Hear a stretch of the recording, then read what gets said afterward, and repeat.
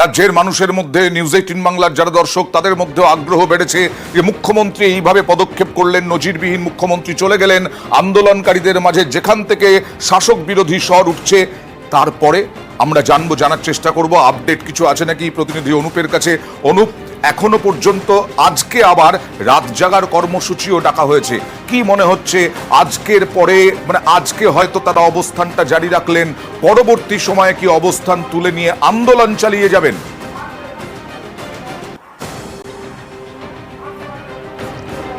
তো তাদের যেহেতু আজকে ঘোষিত কর্মসূচি সেই অনুযায়ী আজকের কর্মসূচি তারা চালিয়ে যাবেন, এমনটাই কিন্তু তাদের এখনো পর্যন্ত বর্তমান সিদ্ধান্ত। কিন্তু পরবর্তী ক্ষেত্রে তারা জানাচ্ছেন তাদের জিবি মিটিং যেহেতু হচ্ছে, এই জিবি মিটিংয়ে সমস্ত কিছুর বিষয় নিয়ে কিন্তু আলোচনা ইতিমধ্যেই চলছে।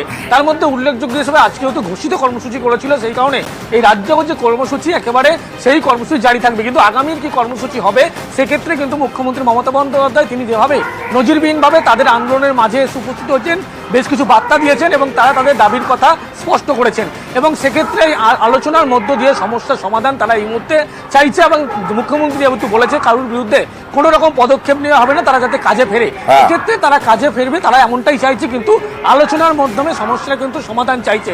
সেক্ষেত্রে আজকের যে ঘোষিত কর্মসূচি সেই কর্মসূচি এখনো পর্যন্ত হচ্ছে বলে এমনটাই খবর। কিন্তু আগামী তারা কি কর্মসূচি কি পদক্ষেপ নেবে সেটা জিবি মিটিং এর পরবর্তী ক্ষেত্রে তারা কিন্তু একেবারে প্রকাশ্যে আনবে এমনটাই বলছে।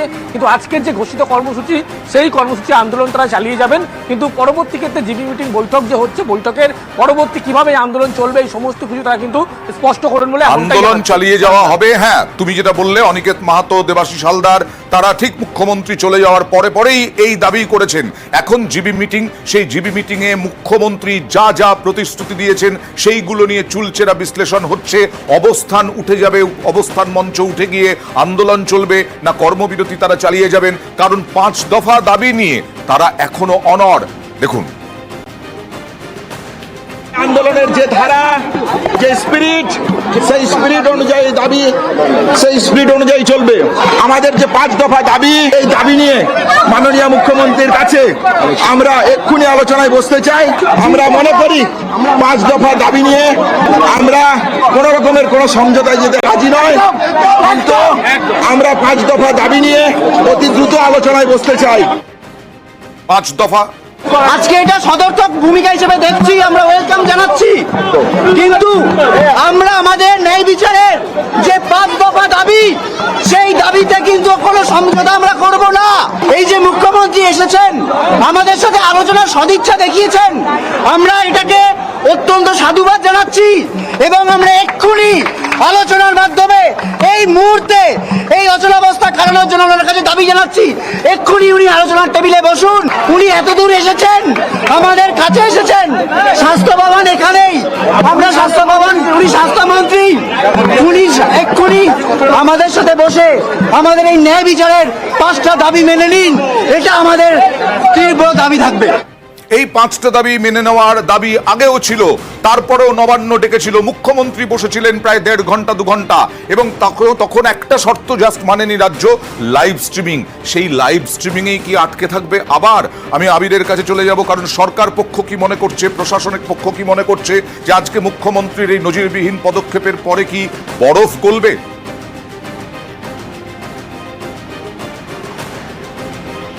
প্রথমত হচ্ছে সরকারের কি অবস্থান সেটা আজকে চিকিৎসকদের সামনে কার্যত পরিষ্কার করে দিয়েছেন মমতা বন্দ্যোপাধ্যায়। কোন একক সিদ্ধান্তের উপর দাঁড়িয়ে প্রশাসনিক স্তরের যে কোনো বক্তব্য রাখতে পারা যায় না সেটা বুঝতে হবে চিকিৎসকদেরকেও তিনি উল্লেখ করেছেন। সে কারণে তিনি আজকে তার বক্তব্যের ক্ষেত্রে মুখ্য সচিব, স্বরাষ্ট্র সচিব সহ বাকি যারা রয়েছেন যাদেরও এই আলোচনার ক্ষেত্রে গুরুত্বপূর্ণ ভূমিকা নেওয়ার থাকে বা যে ব্যবস্থাগুলো গ্রহণ করার কথা চিকিৎসকরা বলছেন সেই প্রসঙ্গের কথা এদিনকে তিনি মনে করিয়ে দিয়েছেন। দ্বিতীয় বিষয়টা হচ্ছে এখন চিকিৎসকদেরকে সিদ্ধান্ত নিতে হবে যে তারা ঠিক কি করতে চলেছেন।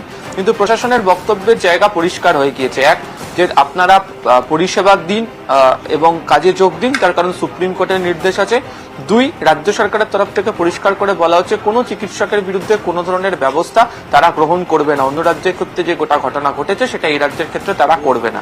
কিন্তু চিকিৎসকরাও যে কাজে যোগ দেওয়ার ক্ষেত্রে তাদের যে দায়িত্ববোধ রয়েছে সেই বিষয়টাকে তাদেরকে মেনে নিতে হবে এবং বাস্তব সম্মত চিন্তা ভাবনা করেই যাতে তারা এগোন সেই বার্তাই আজকে মমতা বন্দ্যোপাধ্যায় দিয়ে রেখেছেন। এখন ধরে নেওয়া হোক যদি চিকিৎসকরা নতুন করে আলোচনার টেবিলে বসার জন্য রাজি হন, সেটা হাতে হাতে থাকছে হচ্ছে আজকে সন্ধ্যা পর্যন্ত সময়, রাত পর্যন্ত সময়। আগামীকাল রবিবার আচ্ছা। সাধারণত প্রশাসনিক স্তরে ছুটি থাকে। সোমবার থাকছে এবং মঙ্গলবার দিনকে হচ্ছে এই সুপ্রিম কোর্টে ফের এই মামলাটির শুনানি রয়েছে। ফলে এক্ষেত্রে ধরে নিতে হবে 48 ঘন্টার একটু বেশি সময় চিকিৎসকদের কাছে রয়েছে তারা যদি আলোচনার ক্ষেত্রে বসে।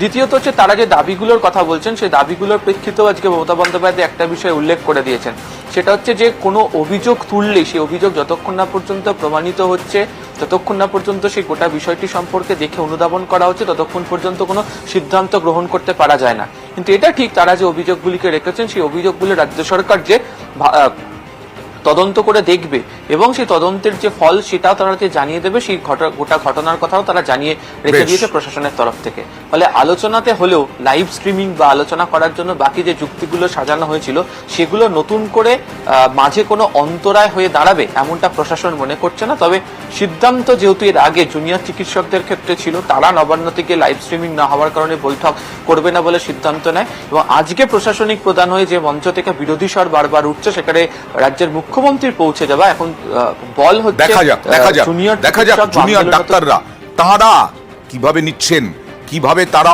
অনড় থাকছেন, কি যুক্তি দেবেন যদি অনড় থাকেন, বা নমনীয় হলেও কি যুক্তি দিতে পারেন জুনিয়র ডাক্তাররা।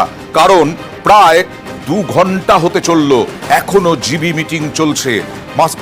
যে নজিরবিহীন পদক্ষেপ মমতা বন্দ্যোপাধ্যায় করেছেন, তারপরে একটা ছোট্ট ব্রেক, তারপরে আসবো এই খবর অন্যান্য এ সংক্রান্ত আরো খবর নিয়ে।